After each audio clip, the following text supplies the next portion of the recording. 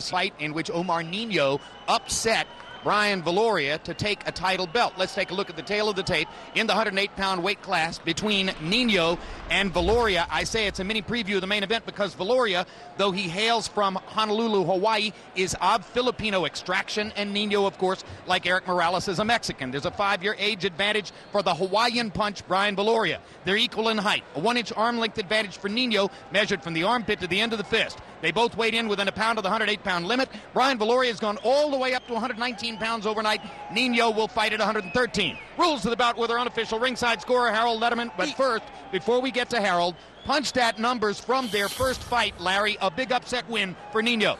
Nino was a 15-1 underdog. He threw about twice as many punches and landed more than twice as many punches as Viloria. Now rules of the bout with our unofficial ringside scorer, Harold Letterman. The Omar Nino Brian Viloria fight is scheduled for 12 rounds using the unified rules of the Association of Boxing Commissions. There is no 3 knockdown rule. Only the referee can stop the fight. In case a cut is caused by an accidental headbutt, we go to the scorecards after 4 rounds have been completed, and you cannot be saved by the bell in any round, including the 12th and final round. Jim. Thank you, Harold. Let's go to ring announcer Michael Buffer for the official introductions.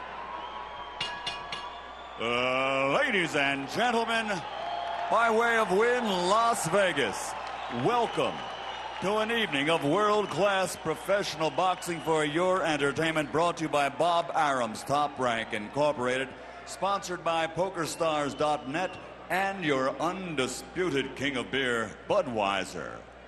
Brought to you in association with HBO Pay-Per-View. All bouts tonight are sanctioned by the Nevada State Athletic Commission. Chairman Dr. Tony Alamo, Executive Director Keith Kaiser, Commissioner Skip Avancino Jr., John Bailey, Joe W. Brown, and TJ Day.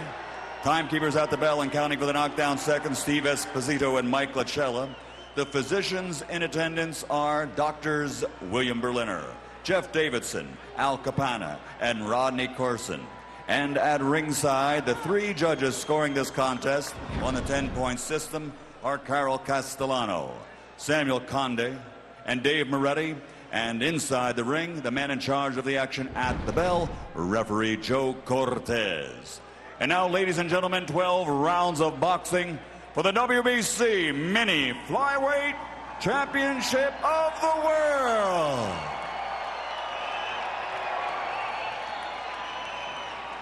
Introducing first, fighting out of the blue corner, wearing green, official weight 108 pounds, professional record 19 victories, including 12 knockouts, only 1 defeat.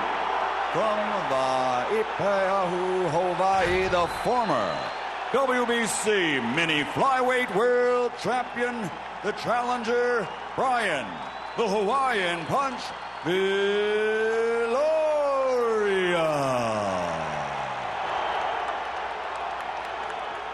And his opponent across the ring, fighting out of the red corner, wearing white trimmed with green and red, official weight 107 pounds. His professional record, 24 victories, including 10 knockouts, only 2 defeats with 1 bout even. Damas y caballeros de Guadalajara, Mexico, the reigning, defending WBC Mini Flyweight Champion of the World, Omar El Maestrito Nino.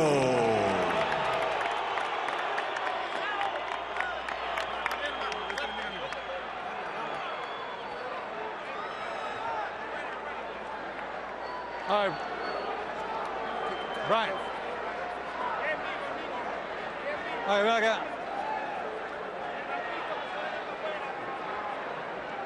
All right, gentlemen, we went all the rules in the dressing room. Yo di la regla en el camerino, los dos. I expect a good, clean fight. Deme una pelea limpia. Protégete en todo momento. Protect each other all the time. Touch them up, guys. Remember, I'm fair, but I'm firm. There couldn't be a more vivid contrast between these young men outside the ring. Viloria, a top high school student, 3 years of college. Nino will use some of the purse, he told us, of this fight to repair his 20-year-old Volkswagen, which broke down. This despite the fact that 10 years ago, Nino had a first-round technical knockout of Jorge Arce, who is now the biggest drawing card in the 108 and 112-pound weight classes. And Nino doesn't even call out Arce for a rematch. He basically says, look, I'm fighting to try to feed my family. I can't even think about trying to get to Arce at this point. Well, he's got his hands full tonight with Brian. Brian's body language indicates that he is very focused, very upset with himself from the last fight, and he's coming to fight a very determined fight tonight, and it's going to be very hard for anyone to beat him easy tonight. In the first fight, Viloria landed only 7 jabs in the entire fight. Translation, he was waiting to land a big punch. He was standing and looking at Nino. He was getting hit all night long at moments when he should have been fighting. I think it was a bad night for him, and it was one of those exceptionally good nights for Omar. So everything worked just the opposite for Villamar, but tonight I think it's going to be a different fight. Viloria with the right hand to the body, goes on the attack early. Nino countering with the right hand, and now leading with the right hand there. Nino is very cagey. He places his punches very good. He moves back. He's a counter puncher. He won the first fight with his left hand, really, Emmanuel. Hooks and left jabs were by far his best weapons in that fight. And Brian was basically, because of the great knockouts that he's had and his nickname, the Hawaiian Punch, he was going for the big knockout, and when it didn't happen, he found himself in trouble and lost the decision.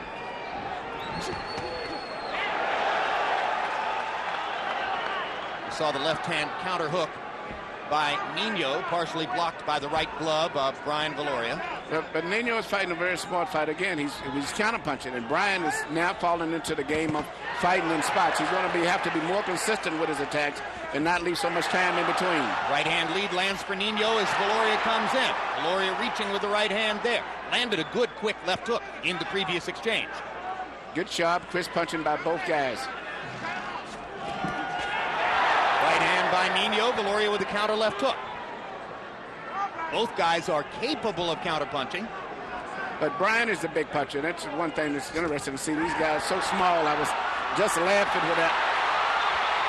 Viloria got in a couple of right hands in that exchange. He landed a good uppercut. Yeah, but Brian is putting a lot of pressure on him, a lot more than in the first fight. And Brian still is the puncher between the two. Well, you have to remember that in the previous fight before that, he won the title with a first-round knockout. Absolutely, Larry, and I think that went to his head. He did one of the best one-punch knockouts we've saw in a long time, and then he considered himself as a puncher, and he forgot about boxing.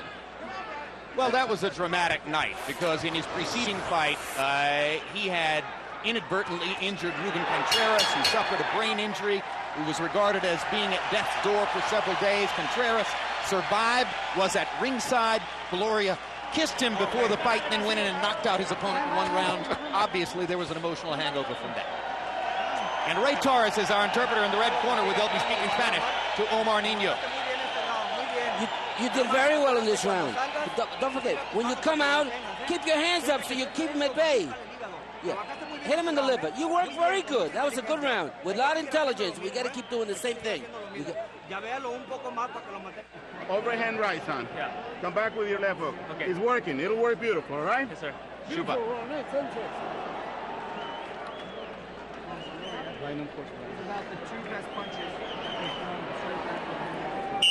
right, son. Let's go get it. Let's go get it, Bob.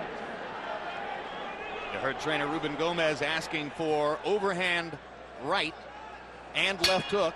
Brian Viloria politely saying, yes, sir. Over in the opposite corner, Nino has a De La Hoya in his corner. Ignacio De La Hoya, the cut man. We should point out here that Freddie Roach is normally, and has been throughout his professional career, the trainer for Viloria.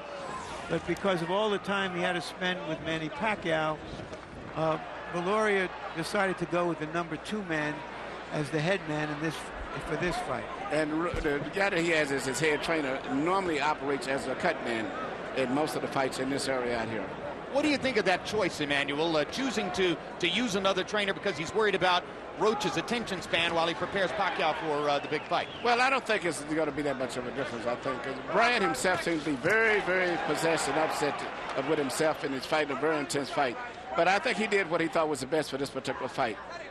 A long time ago, James Toney learned against what he thought was a lesser fighter, Montel Griffin, that there's always somebody out there who has your number. whose style meshes with you in just such a way that it makes it very difficult for the judges to see you as the winner. The more you watch Viloria and Nino, the more you realize Nino's better against Bryan than he is against some other player. I can see why, too. I'm looking at Bryan is still open to get hit with little short right hands after he punches himself. And Bryan, in the right here, he's only taking it because he's actually crowding. He wobbled Nino with the left hook. Nino's going to hold on right now because Viloria stunned him with the left hook at the end of that last exchange. In the last fight, Viloria would land a punch and then pull straight back and get caught with a tail-end right hand. But this time he's going forward and throwing 4 and 5 punches together. And now Nino seems more conscious of wanting to lead with the right hand rather than waiting to counter with it. He hit Bryan coming in with a right hand that started the big exchange. Bryan is fighting much more intense this round, and his left hook is being a big factor when they have the exchanges. Nino's already been rocked once in this round by a Viloria left hook. Viloria threw 24 jabs in the first round.